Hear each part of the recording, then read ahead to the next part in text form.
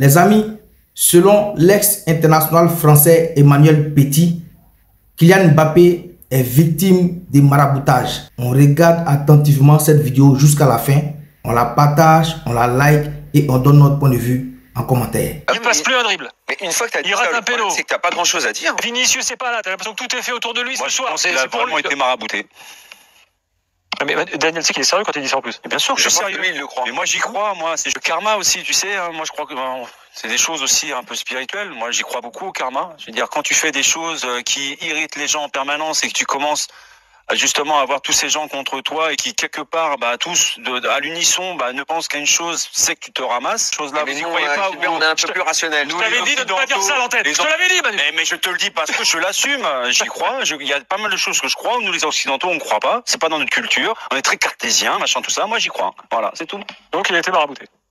Par qui alors? Par qui? T'as la réponse déjà quand tu poses la question. Ah, tu penses Est-ce au que truc tu de crois Pogba vraiment à là? ça, Je sais man? pas, tout le monde me dit C'est pas ça. sérieux. Non mais arrête. C'est une blague là. Je sais pas, mais moi, j'ai l'impression. Non, mais attends, depuis 2 ans. Je vais même te dire, alors, est-ce que je peux me permettre une expression assez vulgaire? C'est pas ça, On est au bon endroit, non? Non, on n'est pas au bon endroit. Tu peux pas te la permettre Alors, normalement.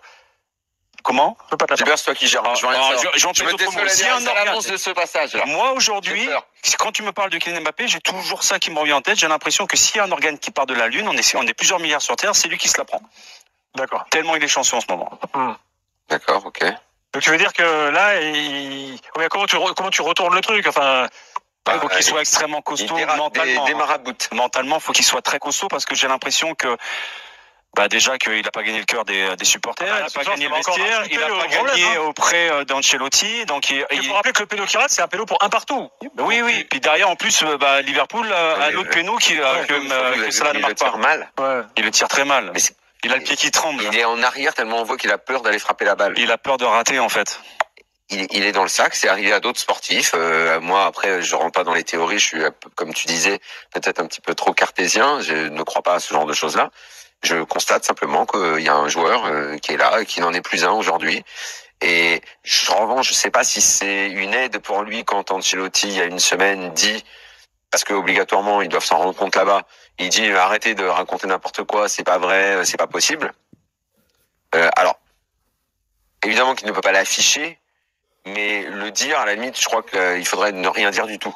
Parce que dire il va très bien, il n'y a pas de souci, c'est mentir objectivement aux gens qui voient un joueur qui est depuis des mois et des mois complètement. Mais c'est plus qu'à la rue. Parce que des mecs qui traversent des mauvais passes, j'en ai vu. Lui là, on a l'impression que le rideau est tiré, quoi. Qu'il n'y a plus rien. Voilà. Alors après, comme ça déclenche, ce joueur a déclenché une vague d'opposition chez beaucoup de gens en France. Peut-être que là, ça va le rendre plus sympathique du coup. Non, je pense que ça va pas le rendre plus sympathique. T'as plus Mbappé le robot, genre qui roule un peu des mécaniques. Là, c'est ça qui rend souvent les stars sympathiques auprès du public. C'est quand tu vois leurs failles. Là, tu vois les failles d'Mbappé. Oui, donc, sauf que pour que ce soit comme tu dis, alors il faudrait qu'il assume et qu'il en parle. Il peut le faire. Il en parle. Qu'il le dise. Qu'il le dise. Si vraiment, non, et je poursuivais ce que disait Gilbert. Gilbert disait peut-être que ça peut faire changer des choses dans l'opinion, puisqu'en ce moment il a une cote au plus bas. Qu'il soit plus humain aux yeux des gens, c'est ça? Qu'il explique pourquoi il va pas bien, qu'est-ce qu'il a. Alors que ça fait des années qu'on est en face de nous, c'est un Robocop. Visiblement le robot c'est terminé là, il est débranché. Donc s'il y a un truc qui va pas, s'il traîne quelque chose,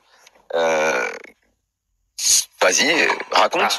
Tu sais, c'est marrant parce que peut-être que là, les gens, au minimum, entendront quelque chose. La semaine dernière, on parlait sur des préparateurs mentaux, que Deschamps, par exemple, il n'envoie pas en équipe de France. On disait, c'est quand même incroyable, le foot, c'est le dernier sport à sourire à ce genre de choses-là. Là, en l'espace d'une semaine, t'as Hez qui t'explique qu'il était limite en dépression la saison dernière. Sauf que Guardiola qui se clarifie le crâne, le mec te dit mais c'est pas possible, va chez le psy tout de suite. Là, t'as le cas Mbappé. Il y a un vrai problème mental dans le foot mondial en fait. Ça fait longtemps que ça existe. Moi-même, j'ai vécu une dépression quand j'étais à Monaco. Je l'explique dans mon premier livre. Je me souviens très bien. Ça a duré 2 ans. Oui, mais est-ce que ça... Comment t'es sorti de ça? Mais quand tu traverses ce genre de déflagration mentale et émotionnelle... C'est ta vie et l'émotion que tu avais pas. Laisse-moi nous raconter ça. Des fois, tu es souvent même dans le déni. C'est-à-dire que tu te dis, de toute façon, je vais en sortir. Mais en fait, tu t'aperçois que la bouffe, elle est fade, que tout est fade. Tu n'as plus d'émotion, tu n'as plus d'ambition. Qu'en fait, tu traverses les journées comme un fantôme. Et tu te rappelles même plus de ce que tu as fait la veille. Tu sais même pas ce que tu vas faire demain, en fait. Tu es dans le brouillard complet, en fait. Il est peut-être en dépression. T'as une estime de toi qui est en berne complète. Comment t'en es sorti? Moi, j'ai réussi à le faire. Déjà, j'avais un bon entourage, mais j'avais aussi, j'ai eu des déclics en fait. J'ai rencontré des personnes qui n'avaient rien à voir dans le football, notamment dans le monde spirituel, dans le bouddhisme. Il y avait des hauts dignitaires qui venaient souvent à Monaco, qui étaient invités par la famille princière, il me semble, même beaucoup de gens à Monaco. Et j'ai eu la chance de connaître certaines personnes qui m'ont introduit auprès de ces personnes-là et qui m'ont fait découvrir. J'ai beaucoup de respect pour les religions, mais je ne suis pas du tout religieux. Par contre, je suis très spirituel. Voilà. Et pour moi, ça m'a beaucoup servi de trouver des réponses à des questions existentielles. Après, je me suis mis beaucoup dans la lecture, dans la recherche de moi en fait. Je voulais en fait. Et qui t'orientait? Qui te disait J'avais une voix intérieure qui m'orientait. Je n'écoutais que cette voix intérieure-là. Et en fait, j'ai énormément lu. Et il y a un livre en particulier. Je l'ai dit juste après la Coupe du Monde 98. D'ailleurs, l'édition m'a remercié parce que. Déjà que c'était un best-seller au niveau mondial. Ça croquait un peu dessus sur les droits? Non.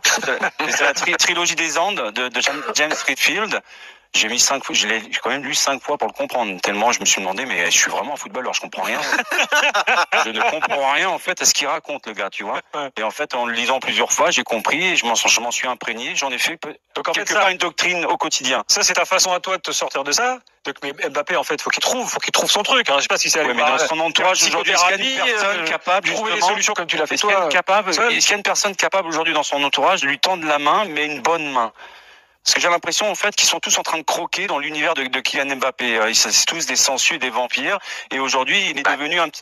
Non, il y a sa famille est proche de lui. Après, autour, je ne sais pas. Oui, mais d'un point de vue contractuel, d'un point de vue émotionnel, affectif, tout ça.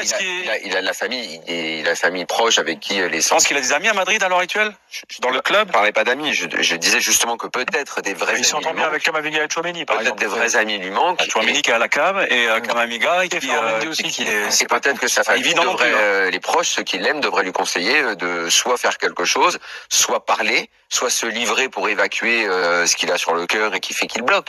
Là, moi, quand je vois ses courses, c'est même je répète, la façon dont le corps bouge, c'est un mec malade. Tu le vois dans son regard, Daniel.